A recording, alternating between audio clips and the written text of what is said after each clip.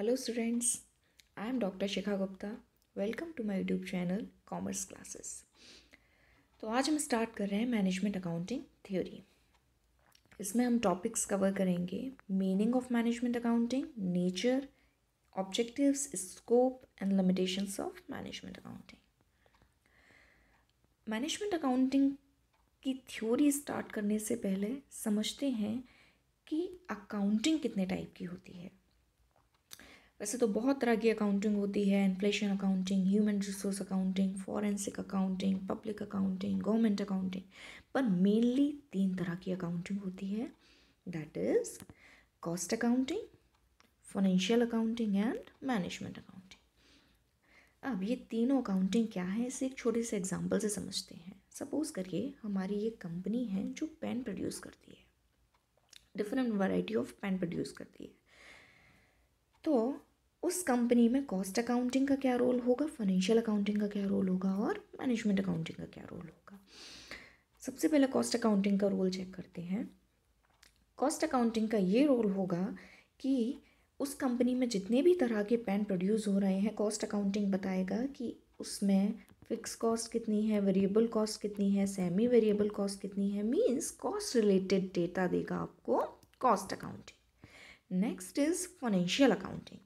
Financial accounting क्या करेगा, financial accounting के नाम से आपको समझ में आ रहा होगा, फाइनेंस की अकाउंटिंग मीन्स जो फाइनेंशियल इंफॉर्मेशन देगा वो है फाइनेंशियल अकाउंटिंग। फाइनेंशियल अकाउंटिंग हमको डिफरेंट ट्रांजैक्शंस के बारे में बताएगा, फाइनेंशियल पोजीशंस के बारे में बताएगा कि उस कंपनी की फाइनेंशियल पोजीशन क्या है।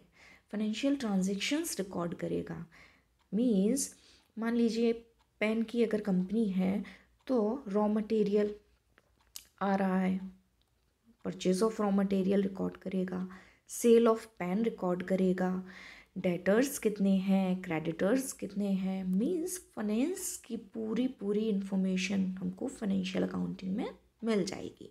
अच्छा, कॉस्ट अकाउंटिंग जो हमको इन्फॉर्मेशन देगा वो हमारी मॉनेटरी टर्म्स में होगी, फाइनेंशियल अकाउंटिंग हमको जो इन्फॉर्मेशन देगा वो भी हमारी मॉनेटरी टर्म्स में होगी, मीन्स क्वांटिटेटिव टर्म्स में, right. Next is management accounting. अब ये मैनेजमेंट अकाउंटिंग क्या है, कॉस्ट अकाउंटिंग से समझ में आया था कॉस्ट रिलेटेड इन्फॉर्मेशन दे रहा है, फाइनेंशियल अकाउंटिंग से समझ में आ रहा था कि फाइनेंस रिलेटेड इन्फॉर्मेशन दे रहा है, पर ये मैनेजमेंट अकाउंटिंग कौन सी इन्फॉर्मेशन दे रहा है, ये इन्फॉर्मेशन दे रहा है कॉस्ट अकाउंटिंग और फाइनेंशियल अकाउंटिंग से लेकर।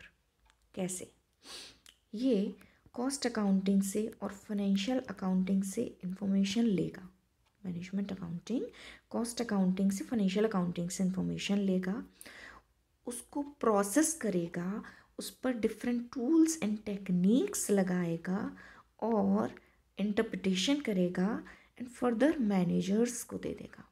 मैनेजर्स कौन से, टॉप लेवल, मिडिल लेवल और लोअर लेवल मैनेजर्स को, जिसको जैसी इन्फॉर्मेशन की ज़रूरत होगी वो उसको प्रोवाइड कराएगा, जिससे वो अच्छे से प्लानिंग कर पाएँ, डिसीज़न ले पाएँ और कंट्रोलिंग कर पाएँ। ये 3 चीज़ों को बहुत अच्छे से ध्यान रखना कि मैनेजमेंट अकाउंटिंग जो भी कर रहा है उसका अल्टीमेट गोल ये है कि वो मैनेजर्स को इस तरह से इन्फॉर्मेशन दे कि उनको ये फंक्शन करने में हेल्प मिले, planning, decision making and controlling.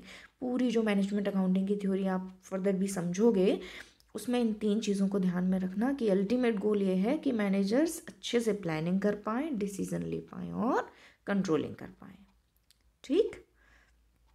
Next, meaning of management accounting. Management accounting का मीनिंग क्या है, मैनेजमेंट अकाउंटिंग बस इस तरह से इंफॉर्मेशन देगा, इस सिस्टमेटिक वे में इंफॉर्मेशन देगा, मैनेजर्स को इंफॉर्मेशन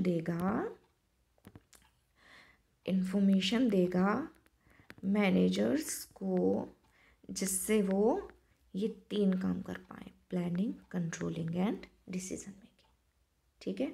सिंपल सा मीनिंग है, ऐसे इन्फॉर्मेशन देना, इस तरह से इन्फॉर्मेशन देना, इस तरह से एनालिसिस करके या टूल्स एंड टेक्निक्स लगा के इन्फॉर्मेशन मैनेजर को देना, जिससे वो ये इन 3 कामों को कर पाए। क्या काम, planning, controlling and decision making, right? Next, nature of management accounting. Nature of management accounting, management accounting का नेचर क्या है, किस तरह का है ये management accounting? First nature is provides financial information. Management accounting financial information provide करता है किसको? मैनेजर्स को। ठीक, सिंपल सी बात है, ये तो फाइनेंशियल इंफॉर्मेशन दे रहा है, टूल्स एंड टेक्निक्स लगाकर एनालिसिस करके मैनेजर को इन्फॉर्मेशन दे रहा है, फाइनेंशियल इंफॉर्मेशन। ठीक, next is cause and effect analysis. अच्छा, कॉस्ट अकाउंटिंग क्या करता है? कॉस्ट अकाउंटिंग और फाइनेंशियल अकाउंटिंग, ये दोनों, cost accounting cost related data देता है simply, financial accounting finance related data देता है सिंपली, पर मैनेजमेंट अकाउंटिंग उस डेटा पर एनालिसिस करता है, टूल्स एंड टेक्निक्स लगाता है, कॉज एंड इफेक्ट एनालिसिस करता है। कॉज एंड इफेक्ट एनालिसिस कैसे करता है?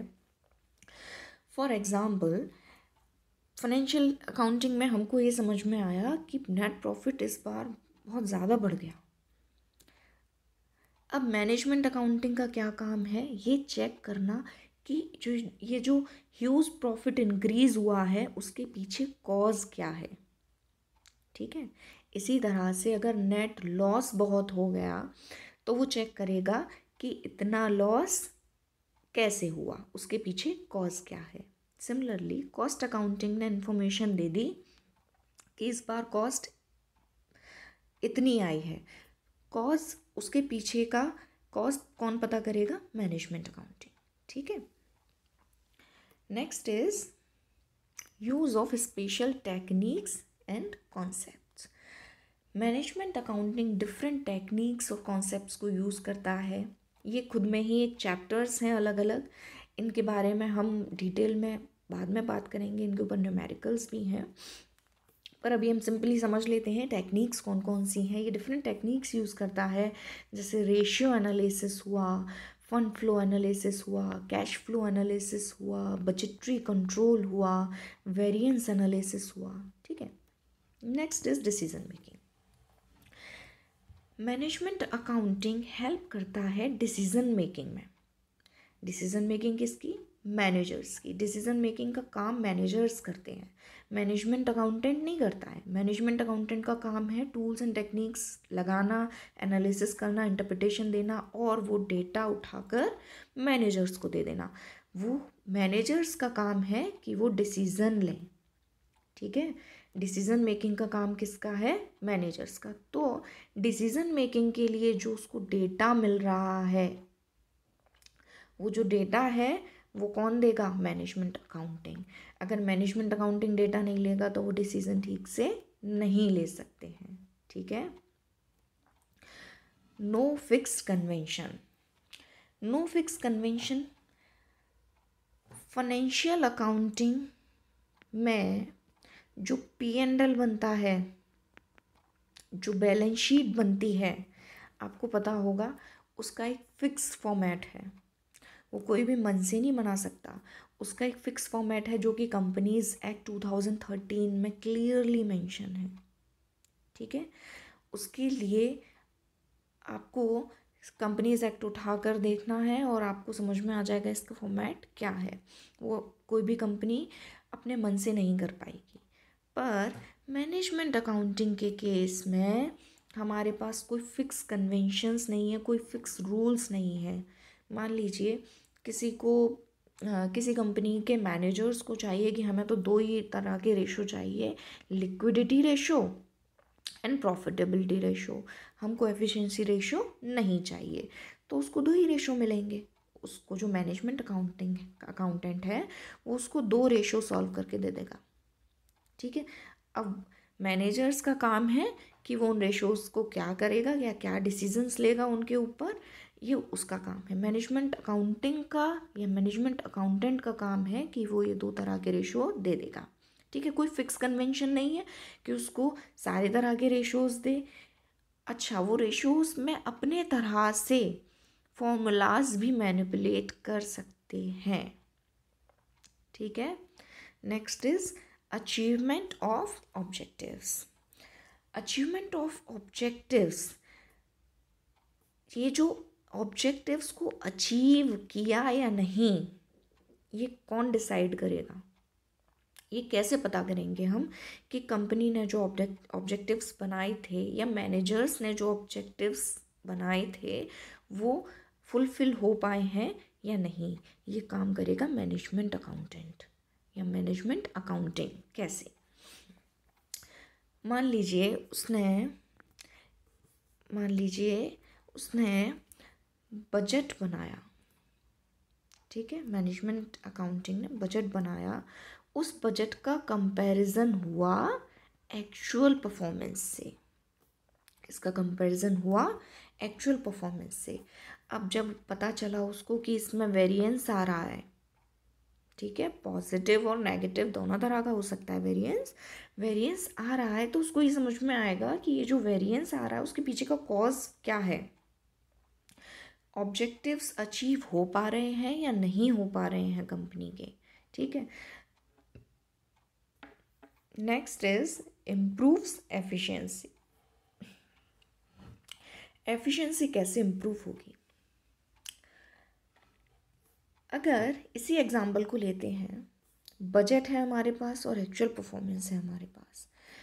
अगर ये बजट नहीं होता और सिर्फ एक्चुअल परफॉर्मेंस होती, ध्यान से सुनो, अगर बजट नहीं होता और सिर्फ एक्चुअल परफॉर्मेंस होती तो क्या आपको पता चल पाएगा कि कंपनी के ऑब्जेक्टिव्स फुलफिल हो पा रहे हैं या नहीं, या कंपनी एफिशिएंटली वर्क कर पा रही है या नहीं?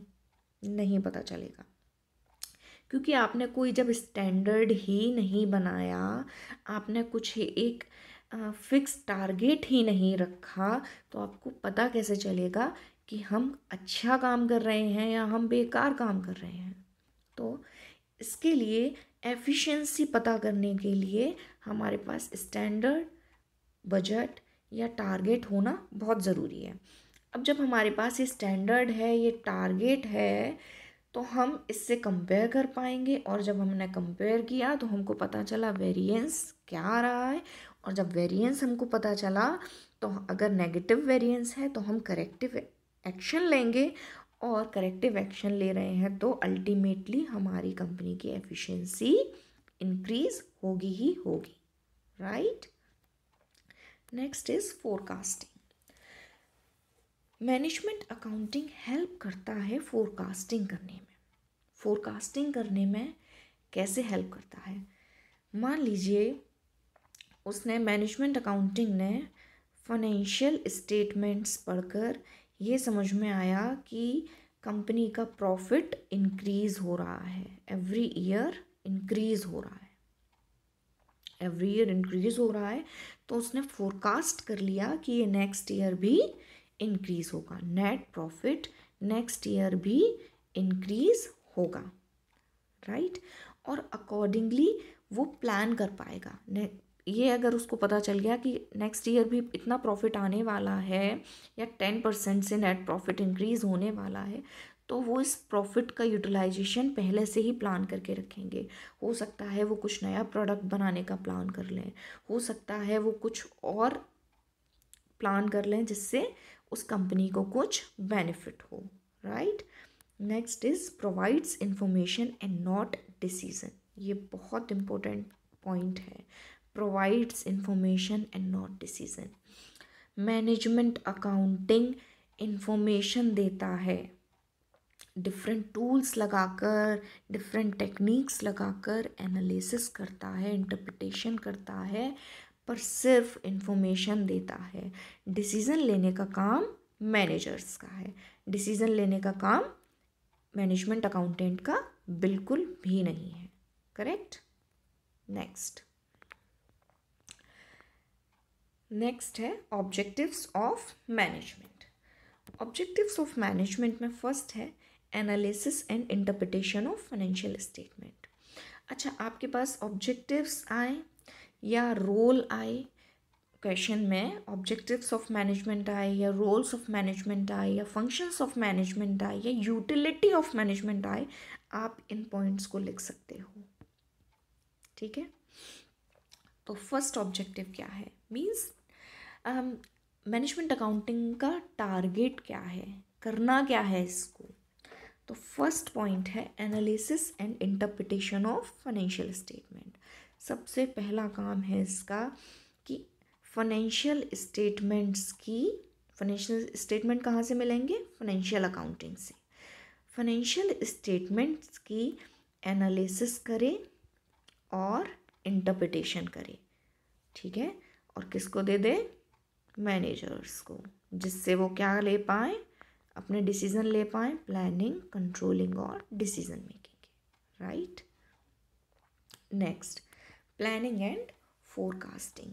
ये अभी पॉइंट डिस्कस किया था हमने। वो फोरकास्ट कर पा रहा है अगर मैनेजमेंट कि नेट प्रॉफिट नेक्स्ट ईयर इतना होने वाला है, तो वो प्लान कर पाएगा अकॉर्डिंगली कि इस प्रॉफिट का क्या किया जाए, ठीक है। Next is decision making. Management accountant help करेगा या मैनेजमेंट अकाउंटिंग हेल्प करेगी मैनेजर्स को डिसीजन लेने में, क्वालिटी डिसीजंस लेने में। उसको डेटा देगा, वो उसको पास्ट डेटा देगा, उसको करंट ईयर का डेटा देगा, जिससे उसको हेल्प मिलेगी, मैनेजर्स को हेल्प मिलेगी क्वालिटी डिसीजंस लेने में, right. Next is communicating. Communicating meaning क्या है, डिफरेंट डिपार्टमेंट्स होते हैं कंपनी में, डिफरेंट सेक्शंस होते हैं कंपनी में। मैनेजमेंट अकाउंटिंग का काम है या मैनेजमेंट अकाउंटेंट का काम है कि वो डिफरेंट डिपार्टमेंट्स या डिफरेंट सेक्शंस के बीच में, मान लीजिए डिपार्टमेंट ए है, बी है, सी है, डी है, purchase department, sales department, human resource department, production department, marketing department, या सो मेनी डिपार्टमेंट्स, इन सब के बीच में कम्युनिकेशन कराएगा। कोऑर्डिनेशन को भी इसी पॉइंट से समझ लो, इन सब के बीच में कोऑर्डिनेट कराएगा। कम्युनिकेशन कैसे होगा, डिफरेंट लेवल की उसने रिपोर्ट्स बनाई, ए डिपार्टमेंट की रिपोर्ट, बी डिपार्टमेंट की रिपोर्ट, सी डिपार्टमेंट की रिपोर्ट, डी डिपार्टमेंट की रिपोर्ट बनाई, और वो रिपोर्ट किसको जा रही है, मैनेजर्स को, जिससे वो अपने डिसीज़न ले पाएँ, प्लानिंग कर पाएँ और कंट्रोलिंग कर पाएँ, ठीक है। कोऑर्डिनेटिंग को भी इसी पॉइंट से समझ लो, कोऑर्डिनेट कराएगा डिफरेंट डिपार्टमेंट्स के बीच में। कैसे, ये डिपार्टमेंट इंडिविजुअली काम नहीं कर सकते, इन डिपार्टमेंट को एक दूसरे के से हेल्प भी लेनी पड़ेगी और ये डिपेंडेंट भी हैं एक दूसरे के ऊपर। कोऑर्डिनेट कराने का काम किसका है, मैनेजमेंट अकाउंटिंग का, ठीक। ये management accounting in different departments को कोऑर्डिनेट कराएगा। मान लीजिए इसने अपना बजट बनाया, ए ने अपना बजट बना दिया, बी ने अपना बजट बना दिया, सी ने अपना बजट बना दिया, डी ने अपना बजट बना दिया। अब मैनेजमेंट अकाउंटिंग क्या करेगा, इन सब बजट को मिलाकर बना दिया मास्टर बजट, ठीक है। कोऑर्डिनेशन कराने का काम किसका हुआ, मैनेजमेंट अकाउंटिंग का, right. Next is effective control. Effective control सिर्फ तभी पॉसिबल है जब हमको सारे फैक्ट्स एंड फिगर्स पता हों।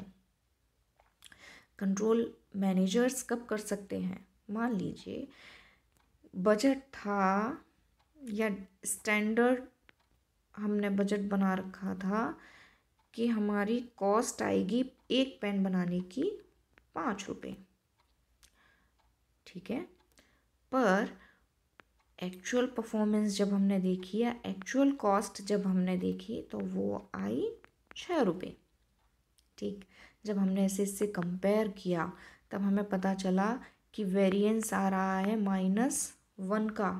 ये वेरिएंस क्यों आ रहा है, इसके पीछे का कॉज पता करेगा मैनेजमेंट अकाउंटेंट, ठीक है, और करेक्टिव एक्शन ले पाएगा। मीन्स करेक्टिव एक्शन जब लेगा तो वो अच्छे से कंट्रोलिंग कर पाएगा, मैनेजर्स अच्छे से कंट्रोलिंग कर पाएंगे जब उनको ये सारा डेटा उनके पास होगा। अगर ये डेटा नहीं होगा तो सिर्फ एक्चुअल परफॉर्मेंस के बेसिस पे वो कंट्रोल, इफेक्टिव कंट्रोल नहीं कर सकता है, राइट।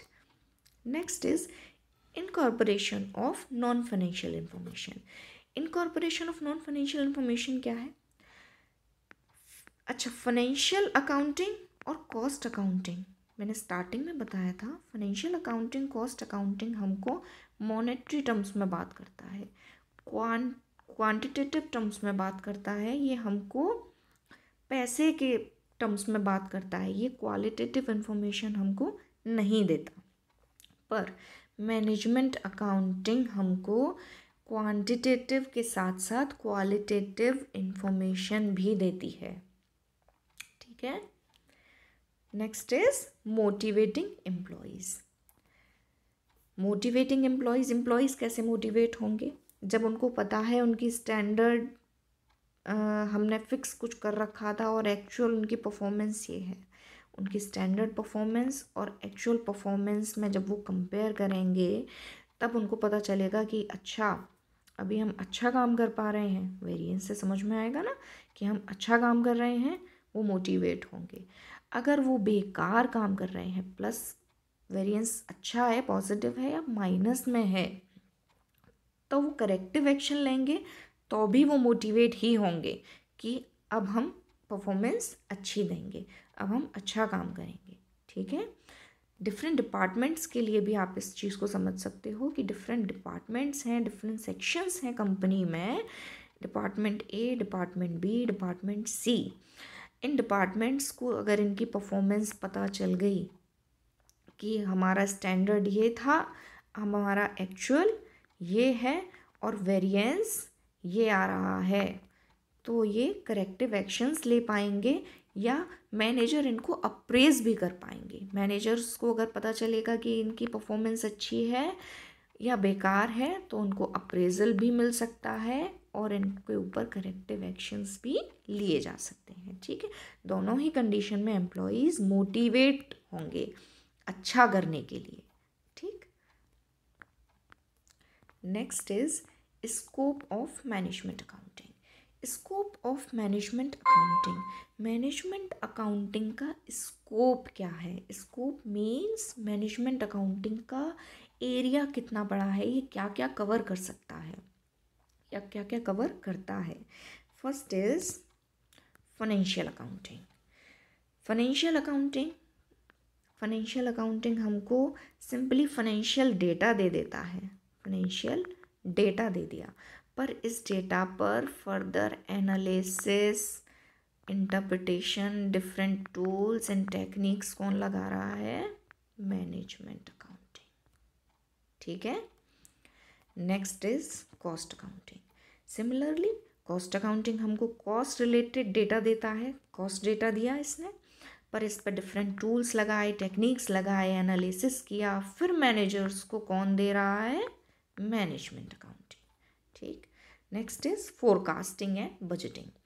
फोरकास्टिंग एंड बजटिंग, जब हम फोरकास्ट कर पा रहे हैं, मैनेजमेंट अकाउंटिंग ने डिफरेंट टूल्स एंड टेक्निक्स लगाए जिससे मैनेजर्स फोरकास्ट कर पा रहे हैं फ्यूचर को। फ्यूचर फोरकास्ट जब कर लिया तो डिसीज़न भी बेस्ट होंगे और डिसीजंस के साथ साथ वो फ्यूचर को प्रिडिक्ट भी कर सकते हैं और बजट बना सकते हैं फ्यूचर के लिए, बेस्ट बजट बना सकते हैं फ्यूचर के लिए, ठीक है, अगर फोरकास्टिंग अच्छे से की गई है, right. Next is statistical tools. Management accounting में डिफरेंट स्टैटिस्टिकल टूल्स यूज़ होते हैं, जैसे graphs, charts, diagrams, time series analysis, regression analysis, ठीक है, जिसके थ्रू वो अपने डेटा को एनालाइज करते हैं, ठीक। Next is financial analysis and interpretation. Financial analysis different तरीके से की जा सकती है या डिफरेंट टूल्स हैं जिसके खुद में ही अपने चैप्टर्स हैं अलग, जिनके बारे में हम बाद में बात करेंगे, न्यूमेरिकल भी सॉल्व करेंगे, पर अभी हम इनको सिंपली समझ लेते हैं कि ये टेक्निक्स कौन कौन सी हैं।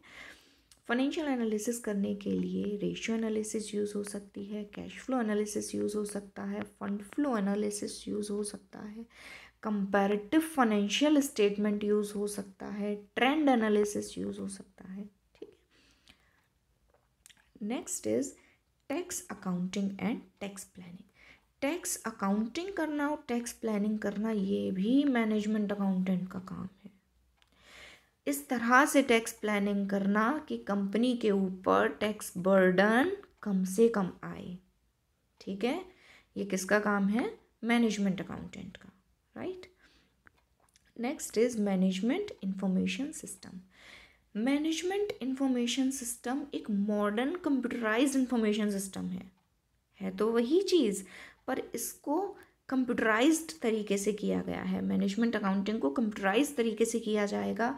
जो प्रोसेस हम हाथ से कर रहे थे, जो एनालिसिस हम हाथ से कर रहे थे, अब वो बेहतर तरीके से कंप्यूटर के थ्रू होगा मैनेजमेंट इंफॉर्मेशन सिस्टम में।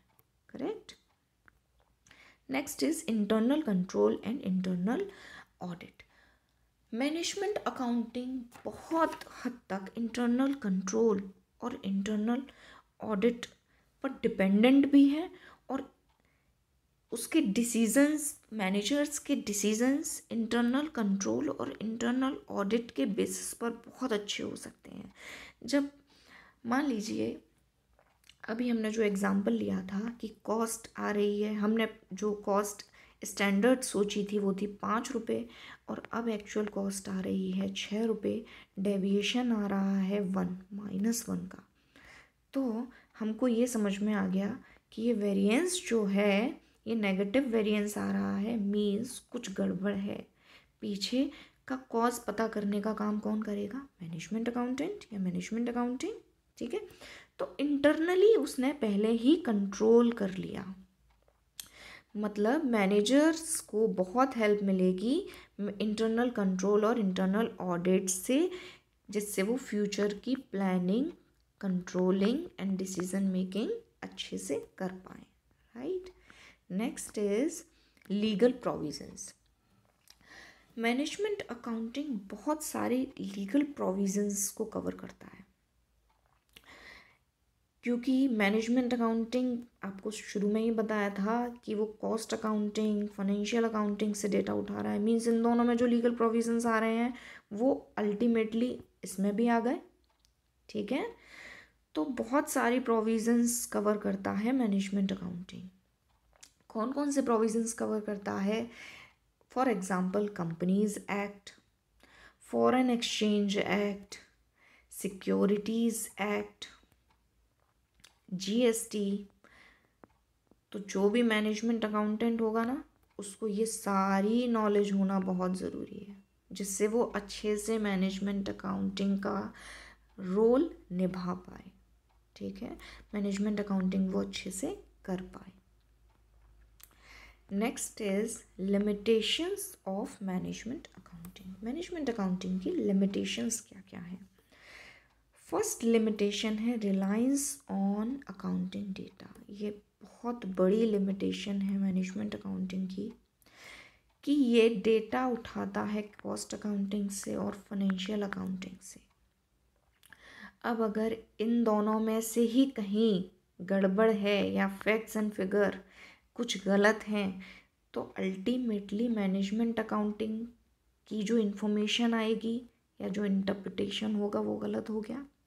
और अगर ये गलत है तो मैनेजर्स अपने फंक्शंस जो कौन कौन से थे, planning, controlling and decision making, ठीक से नहीं कर पाएंगे। ठीक है, तो ये टोटली किस पर डिपेंडेंट है? अकाउंटिंग डेटा पर। Okay, next is based on historical records. Management accounting depend करता है हिस्टोरिकल रिकॉर्ड्स पर, क्योंकि जो भी इसको रिकॉर्ड्स मिले, पास्ट रिकॉर्ड्स मिले, ये उसके बेसिस पर अपनी एनालिसिस कर रहा है, इंटरप्रिटेशन कर रहा है, जिसके बेसिस पर मैनेजर्स फ्यूचर डिसाइड कर रहे हैं, फ्यूचर के डिसीजन ले रहे हैं, प्लानिंग कर रहे हैं। ठीक, अगर ये हिस्टोरिकल डेटा में कहीं गड़बड़ हुई तो ये सब गड़बड़ हुआ। प्लस हिस्टोरिकल डेटा को देखकर हम फ्यूचर डिसीज़न ले तो सकते हैं, पर बहुत चांसेस हैं कि वो फ्यूचर डिसीजंस पूरी तरह से ठीक ना हो। Correct. Next is wide scope. इसका मैनेजमेंट अकाउंटिंग का स्कोप बहुत वाइड है। ये फाइनेंशियल अकाउंटिंग कवर कर रहा है, ये कॉस्ट अकाउंटिंग कवर कर रहा है, ये स्टैटिस्टिक्स कवर कर रहा है, ये लॉ कवर कर रहा है, ये इकोनॉमिक्स कवर कर रहा है। तो एक ऐसा पर्सन ढूंढना, या एक या जितने भी पर्सन ऐसे ढूंढना, एम्प्लॉयज़ ऐसे ढूंढना जो इस फंक्शन को करें, ये जो मैनेजमेंट अकाउंटिंग का काम करें, वो बड़ा ही टफ है। मीन्स इसका स्कोप बहुत वाइड है, ये बहुत कुछ कवर करता है। Next is highly expensive. इसको भी इसी पॉइंट से समझ लो। ऐसे पर्सन को ढूंढना जिसको इतनी नॉलेज हो, वो बहुत मुश्किल हो गया। और इसमें हम MIS यूज़ करते हैं, that is management information system, जो खुद में ही एक, जिसका इस्टेब्लिशमेंट करना, जिसका इंस्टॉलेशन करना किसी कंपनी में बहुत एक्सपेंसिव है। तो ये बड़ी कंपनीज़ के लिए तो अच्छा है मैनेजमेंट अकाउंटिंग, पर छोटी कंपनीज़ के लिए, स्मॉल कंपनीज़ के लिए ठीक नहीं है, वो अफोर्ड नहीं कर सकते। Right. Next is lack of objectivity. ये मैनेजमेंट अकाउंटिंग क्वालिटेटिव और क्वांटिटेटिव दोनों तरह के डेटा को यूज़ करता है। क्योंकि ये क्वालिटेटिव डेटा को भी यूज़ कर रहा है, तो वो पर्सन जो मैनेजमेंट अकाउंटिंग का काम कर रहा है, मैनेजमेंट अकाउंटेंट है, उसने जो इंटरप्रिटेशन की वो बायस भी तो हो सकती है। वो फैक्ट्स एंड फिगर को चेंज नहीं कर सकता, पर वो क्वालिटेटिव इंफॉर्मेशन को चेंज कर सकता है। ये जो क्वालिटेटिव इंफॉर्मेशन है, जो इंटरप्रिटेशन है, उसके बेसिस पर मैनेजर डिसीज़न लेने वाले हैं। अगर उसने उस इंटरप्रिटेशन को ही मैनिपुलेट कर दिया तो क्या होगा, फ्यूचर में जो डिसीजंस होने वाले हैं, जो कि मैनेजर्स लेंगे, वो शायद गलत हो जाएं। ठीक, तो यहाँ लैक ऑफ ऑब्जेक्टिविटी है। Next is not a substitute of management. Management accounting information देता है, एनालिसिस करता है, टूल्स एंड टेक्निक्स लगाता है, पर ये सब करता तो है, पर फाइनल डिसीज़न कौन लेता है, मैनेजर। ये मैनेजर का या मैनेजमेंट का सब्स्टिट्यूट नहीं है। मैनेजमेंट अकाउंटिंग ये सारे काम करेगा, पर इन दोनों का सब्स्टिट्यूट बिल्कुल भी नहीं है। ये दोनों काम मैनेजर्स के ही हैं। ठीक। Next is developing stage. Management accounting आज भी डेवलपिंग स्टेज में है, क्योंकि छोटी कंपनीज इसको अफोर्ड नहीं कर पा रही हैं, बड़ी कंपनीज में ही चल रहा है। ये अभी भी डेवलपिंग फेज़ में चल रहा है। बहुत सारे कॉन्सेप्ट्स हैं मैनेजमेंट अकाउंटिंग के, बहुत सारी कन्वेंशंस हैं जो कि वाइडली एक्सेप्टेड नहीं हैं। ठीक, तो ये अभी भी डेवलपिंग स्टेज में है। राइट। आई होप आपको थ्योरी समझ में आई हो। Thanks for watching. Bye bye.